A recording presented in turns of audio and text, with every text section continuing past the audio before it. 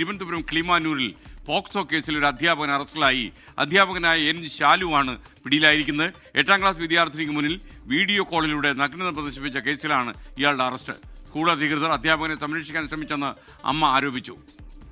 എൻ്റെ മോക്ക് പുള്ളിക്കാരൻ മോശം ചാറ്റ് ചെയ്യുകയും മോശമായിട്ട് വീഡിയോ കോളും കാര്യങ്ങളൊക്കെ വിളിക്കുകയും അതിൽ തുടർന്ന് ഞാൻ സ്കൂളിൽ ചെന്നിട്ട് കംപ്ലൈൻറ്റ് കൊടുത്തിട്ടുണ്ടായിരുന്നു. കംപ്ലൈൻറ്റ് കൊണ്ടെടുത്തപ്പോഴത്തേക്ക് അവർ ആ കംപ്ലൈൻറ്റ് സ്വീകരിക്കാൻ തന്നെ ആദ്യം വില്ലിങ് അല്ലായിരുന്നു. ഈ പരാതികളൊക്കെ വരുമ്പോഴത്തേക്ക് സ്കൂൾ അധികൃതർ രഹസ്യമായി വെക്കുകയാണ് ചെയ്യുന്നത്. കൗൺസിലിങ്ങിന് കൊണ്ടുപോയപ്പോഴാണ് മോള് കാര്യങ്ങളൊക്കെ പറയുന്നത്. സാർ നിരന്തരം ഉപദ്രവിക്കുന്നു, ടോർച്ചർ ചെയ്യുന്നുള്ള കാര്യങ്ങളൊക്കെ പറഞ്ഞത്. നൈറ്റ് 12:30, 1, 2 മണിക്കൊക്കെയാണ് വീഡിയോ കോളും കാര്യങ്ങളൊക്കെ വിളിച്ചിരിക്കുന്നത്. വെച്ചമൊക്കെ പറയുന്നതെന്ന് പറഞ്ഞാൽ പുള്ളിക്കാരൻ നല്ലതാണ്, മോളാണ് മോശക്കാരി എന്നുള്ള രീതിയിലാണ് പറയുന്നത്.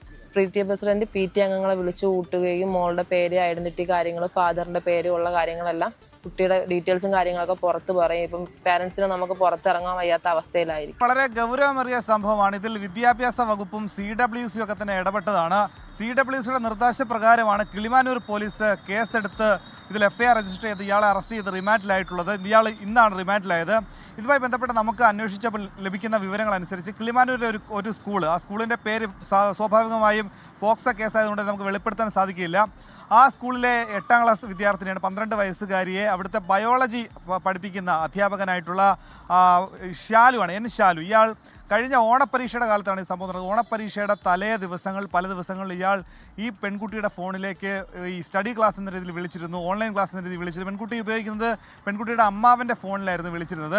അങ്ങനെ വീട്ടുകാരുടെ മുമ്പിൽ വെച്ച് ആദ്യം വീഡിയോ കോളൊക്കെ ഉണ്ടായിരുന്നു. പക്ഷേ പിന്നീട് മുറിയിലേക്ക് മാറി വീഡിയോ കോൾ മാറി നിൽക്കാനൊക്കെ ഈ പെൺകുട്ടിയുടെ ആവശ്യം. പെൺകുട്ടിക്ക് അറിയില്ലായിരുന്നു എന്നാണ് പെൺകുട്ടി പിന്നീട് പോലീസിന് മൊഴി നൽകിയത്. അങ്ങനെ അവിടെ മുറിയിലെത്തിയപ്പോഴാണ് ഇയാൾ സ്വകാര്യത അല്ലെങ്കിൽ നഗ്നത പ്രദർശിപ്പിച്ചത്. പിന്നീട് പെൺകുട്ടിയുടെ കൂടി നഗ്നത പ്രദർശിപ്പിക്കാൻ ആവശ്യപ്പെട്ടു. പക്ഷേ പെൺകുട്ടി അത് വീട്ടുകാരോട് ആദ്യം പറഞ്ഞില്ല. പിന്നീട് പെൺകുട്ടിക്ക് സ്കൂളിൽ പോകാനോ പുറത്തേക്ക് ഇറങ്ങാനോ ഒക്കെ തന്നെ വലിയ ഭീതി ഉണ്ടായി.